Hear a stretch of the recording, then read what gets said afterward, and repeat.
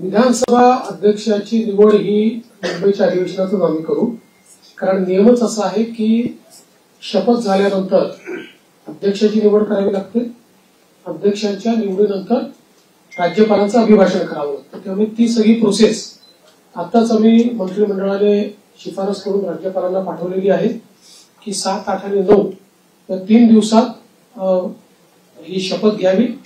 9 तारखेला स्पीकरचं निवडणूक करावी आणि 9ला आपण अभिभाषण करावं नियमानुसार.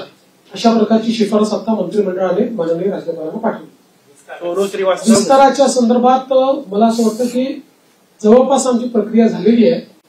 माझा स्वतःचा अंदाज असा आहे की नागपूर अधिवेशनापूर्वी आम्ही विस्तार करू. महाराष्ट्रातील सर्व बातम्यांचे विश्वासार्ह व्यासपीठ.